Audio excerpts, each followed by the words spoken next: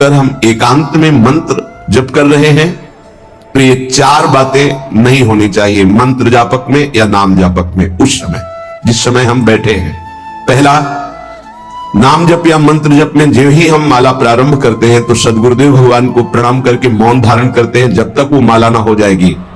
अत्यंत आवश्यक होने पर भी माला पूरी ही करनी है, तब बात करनी है। मंत्र जाप में ये नियम होना चाहिए। अगर ऐसा नहीं है तो फिर माला पुनः आपको प्रारंभ करनी पड़ेगी, उसे पूरा करनी। बीच में रोक कर बात करके फिर आगे ये नहीं चलेगा, ये दोष माना जाता है। माला पूरी होने तक वार्ता नहीं हो सकती। बोलना बीच में पहला दोष। दूसरा, इधर उधर देख ऐसे माला जपने, मेरुदंड सीधी, नासाग्र दृष्टि ऐसे। जिसे नींद आने की संभावना है वो आंख मूंद के भजन करने मत बैठे। नहीं कंबल या शाल ओढ़ा, आंख मूंद ली तो माला छूट जाएगी और आपका समय व्यतीत हो जाएगा नींद में। ऐसा प्राय होता है।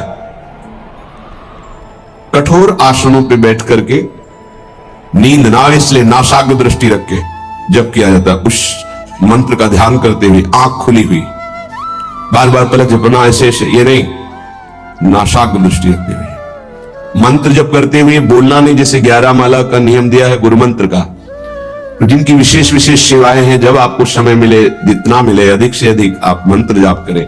जब आप आसन पे बैठकर मंत्र जाप कर रहे हैं तो बोलना नहीं है, माला पूरी होने पर ही बात करें अगर कोई अत्यंत आवश्यक है। दूसरा, इधर उधर गर्दन हिलाना देखना ये नहीं। मेरुदंड सीधी, आंख खुली हुई, आंख मूंद के नहीं जपना। एक महाभागवत की पत्नी निरंतर भगवदाकार वृत्ति में रहती थी। उनके पति जब पूजा में बैठते तो आंख मूंद करके बैठते, ध्यानस्थ से। एक बार उन्होंने पूछा, प्रभु आपके आंख मूंदने और आंख खोलने में अंतर पड़ता है क्या? उनका पड़ता है। तो बोले आपकी पूजा अधूरी। हम चाहे बाहरी दृष्टि में हो या आंतरिक दृष्टि में हो, एक ही चिंतन होना चाहिए, आंख खुली हो या आंख बंद, तभी सच्चा उपासक है। तीसरा, हिलना मंत्र जाप के समय। ये कीर्तन में हो सकता है, पद गायन में हो सकता है, लेकिन मंत्र जाप के समय हिलना नहीं, ये नहीं। गर्दन घुमाना, बात करना। चौथा, हंसते हुए प्रपंच की वार्ता करना, हंसी मजाक चल रहे, बोलना मतलब उत्तर देना। चौथे में जो हंसते हुए प्रपंच वार्ता करना। बैठे कुर्सी में 3 लोग, माला हाथ में, प्रपंच की वार्ता। अपमान कर रहे हो माला का, मंत्र का। आप क्या कर रहे हो? उपहास कर रहे हो। 4 लोग जा रहे, माला सरक रहा है, बातचीत कर रहे, तो माला सरकाने से थोड़ी भगवत प्राप्ति होगी। जो माला की एक भी मन का नाम और मंत्र से खाली ना जाए, उसका चिंतन करते हुए, वो आंतरिक चिंतन को बढ़ाने के लिए माला है। माला सरकाने से थोड़ी भगवत प्राप्ति होती है। माला की मनका के सहारे से हम प्रत्येक मंत्र का चिंतन करके, उसका श्रवण करके, मनन करके तब फिर आगे बढ़ते हैं। ये थोड़ी कि जल्दी जल्दी किसी की माला को तो देखते हैं कि इतनी रफ्तार से कैसे चल सकती है। अगर हम केवल राधा नाम भी जपें तो इतनी रफ्तार से नहीं चल सकता, क्योंकि हमें लिखना है राधा राधा, फिर अष्टादशाक्षर मंत्र या 12 मंत्र। फिर इन मंत्रों को तो कैसे आप इतनी जल्दी, कैसे बिना अक्षर मात्रा दर्शन के कैसे आप मन का सरका दिए? 11 माला बहुत होते हैं। अगर जिस पद्धति से कहते 11 माला कर लो तो बहुत जल्दी मानसिक सिद्धि प्राप्त हो जाए। सामने मंत्र लिखा हुआ है, हर बार नवीन मंत्र की रचना कर रहे हैं। हर मनके पे, एक मनके पे पूरा मंत्र लिखा, फिर एक मनके पे पूरा मंत्र, फिर मन। देखो मन कहां भाग के जाएगा, मन निर्विषय हो जाएगा, सच्चिदानंद की तरफ दौड़ पड़ेगा मन। जब के समय किसी को उत्तर देना, इधर उधर देखना, शरीर को हिलाना, हंसते हुए हंसी मजाक वार्तालाप करना, 4 बातें जब में निषेध है। जब काले न भासेत नान्यानि प्रेक्षेत बुधा न कंपेत शिरोग्रीवाम दंता नैव प्रकाशयेत। 4 बातें। ए हंसी मजाक, 2 साधक चल रहे रास्ते में, माला भी चल रहा है, हंसी मजाक। ए तुम्हारे पास समय कैसे, तुम्हारा माला कैसे चल रहा है? तुम वार्ता कर रहे हो, हंसी मजाक कर रहे हो। ऐसा नहीं, इतने सिद्ध नहीं हो गए हो। जो शास्त्र जब काले न भाषेत नान्यानि प्रेक्षित बुधा न कंपित शिरोग्रीवाम दंता नैव प्रकाशयेत। माला जपते समय ये ऐसे हिलना डुलना, शांत, हंसी मजाक, न दंतान नैव प्रकाशित, दांत नहीं दिखाई देने चाहिए।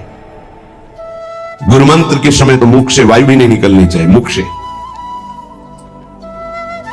बस ये स्थिति, थोड़ा दांतों के बीच में जगह है, जिह्वा का अग्रभाग ऊपर के दांत के जोड़ पे है, हल्की सी नाक की श्वास से मंत्र का उच्चारण है, उसी का श्रवण है, और नेत्रों से दृष्टि में हम देख रहे हैं। भगवदाकार मंत्राकार वृत्ति करनी है। प्रभु के मंगलमय नाम उच्चारण करने से करोड़ करोड़ जन्मों के पापों का नाश होता है, ऐसा शास्त्र और ब्रह्म ऋषियों ने निश्चय किया है। भगवान का नाम उत्तम श्लोक है, पवित्र कीर्ति है। जो नाम जप करता है वो पवित्र कीर्ति वाला हो जाता है, वो उत्तम श्लोक भगवान को प्राप्त कर लेता है, भगवत स्वरूप हो जाता है। इस मार्ग में चलने वाले उपासक से, चाहे वो ज्ञान मार्ग का हो या भक्ति मार्ग का हो, कोई पाप बन जाए तो शास्त्रोक्त प्रायश्चित करने की आवश्यकता नहीं है। जैसे कृच्छ व्रत, चंद्रायण व्रत, बड़े बड़े कठोर व्रत पापों का प्रायश्चित करने के लिए है। वो केवल नाम जप, नाम कीर्तन अपना बढ़ावे, उसी से सारे प्रायश्चित हो जाएंगे। जप करने वाले को अन्य प्रायश्चित करने की आवश्यकता नहीं है। जब तक अनंत जन्मों के हमारे पाप हैं, तब तक हमारी नाम में रुचि नहीं होती। ये बहुत ध्यान देने का विषय है कि जब नाम की इतनी महिमा है तो सब लोग नाम में क्यों नहीं लगते? बोले इसलिए नहीं लगते कि इतने पाप हैं कि नाम की तरफ रुचि ही नहीं हो सकती। जैसे कोई कहे कि चीनी चीनी चीनी कहने से तो क्या मुंह में मिठास आ जाएगी क्या?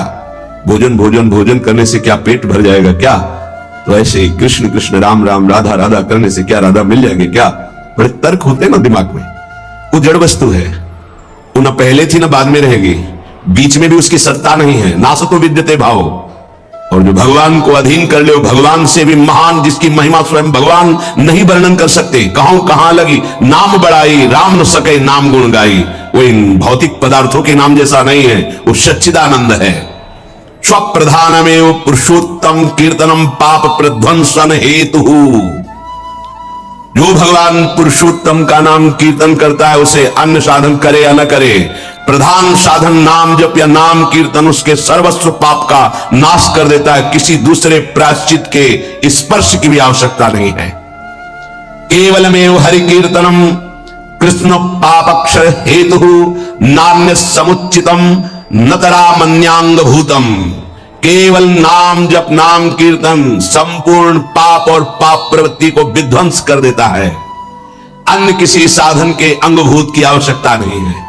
हो रहा है अच्छा, नहीं हो रहा तो चिंता की बात नहीं है। संपूर्ण पाप और पाप प्रवृत्ति का नाश करने के लिए केवलमेव हरि कीर्तनम, केवल भगवन नाम कीर्तन, भगवन नाम जप। नरक हेतु संस्कारः प्रायश्चित्तैर् निर्वर्त्य न सजाति योत्पादकः भक्त्या पुनरुभव विधोपीति भक्तेरे वात्यंतिक शुद्ध हेतुत्वम न कर्मणाम। जैसे निश्चित हो चुका है आपके पाप करने से, बन चुके कि नरक जाना है, निश्चित हो चुका है।